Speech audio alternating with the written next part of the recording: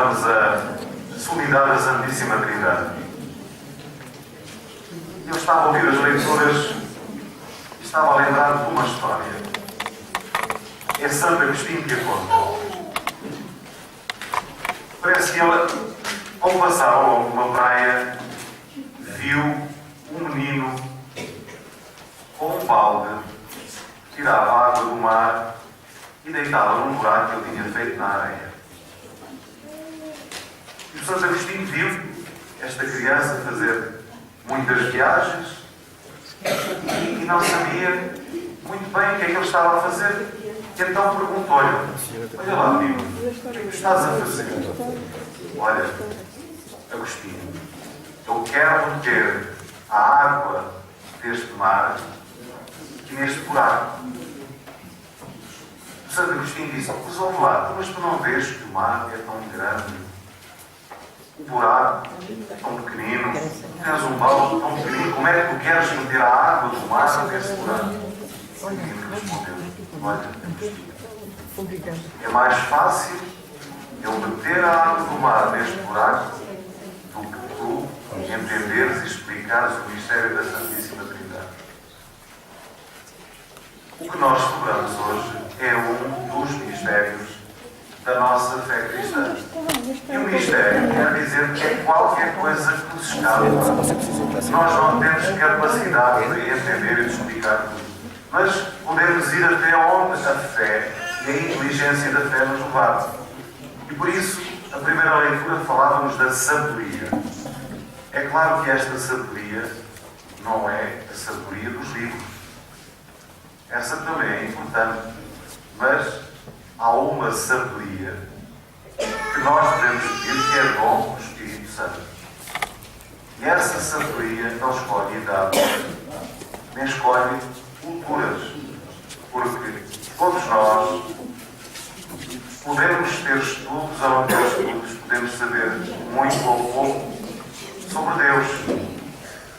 Eu já vi muitos analfabetos falarem de Deus com mais autenticidade, com mais verdade e com mais fé do que muita gente que até estudou teologia. Porque pode estudar teologia e não ser fé. Fazer-se apenas um estudo intelectual, puramente. A fé é muito mais do que isso. A fé, tal como nós, cristãos e católicos, que ao contrário do que se diz e não é verdade, a preocupação nossa enquanto católicos ao longo dos séculos tem sido sempre esta relação entre a fé e a razão. E esta é, digamos que é uma linha orientadora da fé cristã católica, porque nem todos assim pensam. Há outras igrejas cristãs que têm uma visão às vezes fundamentalista da vida, da própria Bíblia, e nós, católicos, não enverdamos por aí, porque a nossa preocupação, ao longo dos séculos, foi sempre esta articulação, esta coincidência, complementaridade, é mais correto dizê-lo, entre a fé e a ciência. O nosso Papa, já falecido, João Paulo II, deixou-nos uma encíclica muito importante sobre isto, chamada A Fé e a Razão.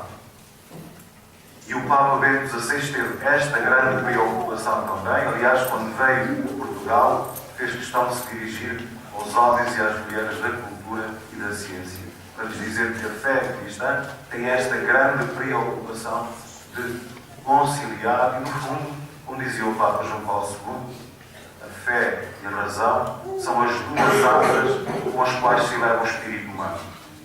A celebração do mistério da Santíssima Trindade põe muitas vezes à prova as nossas certezas humanas, as nossas confianças humanas, porque a fé é uma adesão.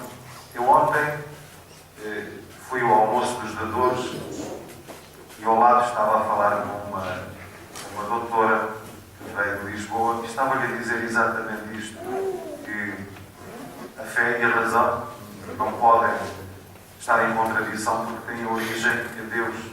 E nós, seres humanos, dentro de cada um de nós, há esta marca que nós podemos não perceber, que é o facto de nós sermos criaturas de Deus. Criados, diz o livro do Gênesis, à imagem e semelhança de Deus. Mas como se isso ainda não fosse suficiente, em Jesus nós aprendemos que Deus nos adotou como filhos. Diz São Paulo que nós somos filhos do Filho. Mas para nós entendermos isto, precisamos de abrir as portas da nossa inteligência, do nosso coração, da nossa vida. Porque a fé não é uma tradição. A fé não é uma questão cultural. Pode ter também uma dimensão, mas é muito mais do que isso. A fé cristã, na sua essência, é um encontro pessoal de cada um de nós, um encontro com Cristo. E o encontro, se for autêntico, tem que transformar a vida de quem acredita. E eu estou a dizer-vos isto, e estou a lembrar do episódio que aconteceu aqui há uns meses. Eu, há muitos anos, que acompanho, agora menos que estar aqui, uma comunidade que a Caritas de Beja tem numa paróquia chamada Neves, ali perto de Beja. E da última vez que eu lá estive, eu lá nunca celebro missa, mas faço na celebração da palavra. E escolhi a conversão de São Paulo. Eu estava a falar sobre São Paulo e a mudança da vida de São Paulo, e diz-me um jovem que lá estava: São Paulo caiu do cavalo. Eu disse: olha, mas lá não diz que havia nenhum cavalo. Por acaso, quando se fala da conversão de São Paulo, muitas vezes apresenta-se ele a cair do cavalo.